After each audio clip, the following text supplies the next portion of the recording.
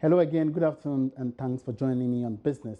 Delays in naming new board members and chief executives of some state institutions is virtually bringing activities at these places to a halt. The challenge has been influenced by the Transitions Act, which requires officials of these firms to step aside when a new president is sworn into office. Some of the institutions set to be affected are those that are set up by an act of parliament. Even though some chief executives of these firms have handed over to senior directors, the fact that a lot of transactions need a board approval, most of these institutions are struggling to operate. Business lawyer David Ofosudati tells Joy Business the development is also operating operations of a lot of enterprises. So when you talk about statutory boards, you are referring to boards which are set up directly by statute. So, and I've heard a few people confuse that with entities like Commercial Bank and other banks that the state has got shares in. No, those are not statutory organizations. Those are organizations that used to be statutory organizations created by Parliament, but that by virtue of Act 461, that's the Statutory Corporations Conversion to Companies Act, have converted to companies and therefore are registered under the Companies Code. So they are not affected. But statutory boards will refer to boards like Bank of Ghana and all those boards that are set up by statute. The investment committee or the board itself, is taking and cannot take a decision. I find that very surprising because all the banks I know, as I indicated, are set up under the Companies Code and therefore are not statutory boards by my understanding. So in the case of banks, I do not think they should apply at all.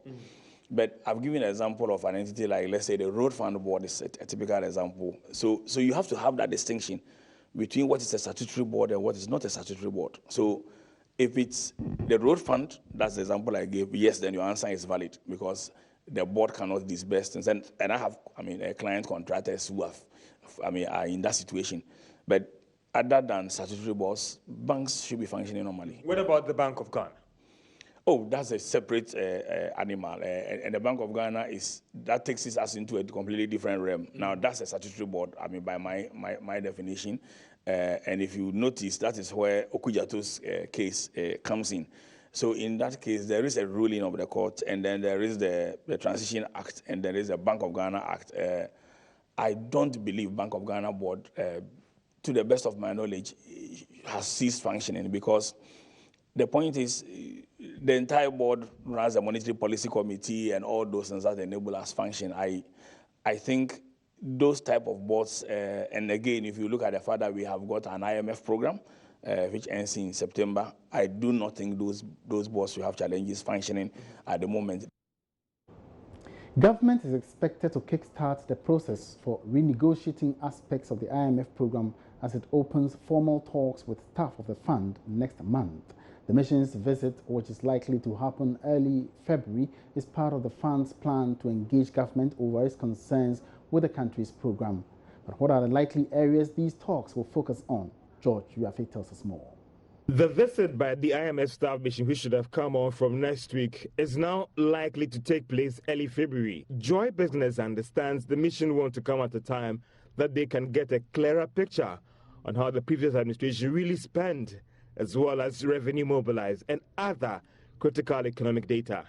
This is expected to help the team have an informed discussions with the government and look at how to deal with their concerns. Sources say government is likely to push for some targets under the program to be reviewed, especially when it comes to the fiscal deficit, which should have been reviewed from 5% in 2016 to about 4% this year.